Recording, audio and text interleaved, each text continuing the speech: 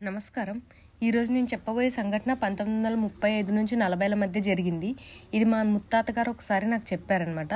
ఆ రోజుల్లో గోదావరికి ఉత్తర భాగం బ్రిటిష్ ఇండియాలో ఉండేది మరియు దక్షిణ భాగం నిజాం పరిపాలన ఉండేది. అయితే అక్కడ ప్రజలకు రాకపోకలకు దుమ్ముగూడెమే జల రవాణా ప్రధాన మార్గంగా ఉండేది. ఈ ప్రాంతంలో ప్రజలకు రహదారి రవాణాకి ఎంతగానో అడవి జంతువులు ఇబ్బందులు పెట్టేవి.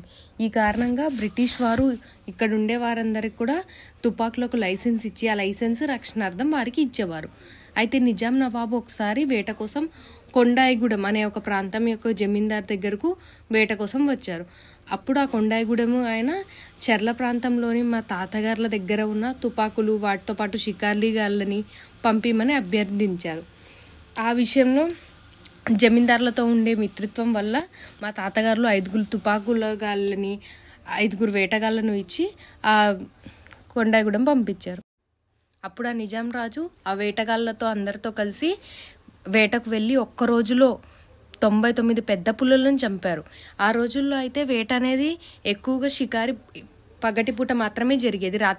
రాత్రిపూట వెలుతురు లేని కారణంగా షికారి పొద్దున్నే చేసి ఆ ఒక్క రోజులోనే 99 పులులను చంపి ఇంకొక పులి కోసం చంపుదామని ఎంతగానో ప్రయత్నించి విఫలమై తిరిగి వచ్చారు. కానీ ఆ రోజుల్లోనే ఇలా 99 పులులను చంపారు.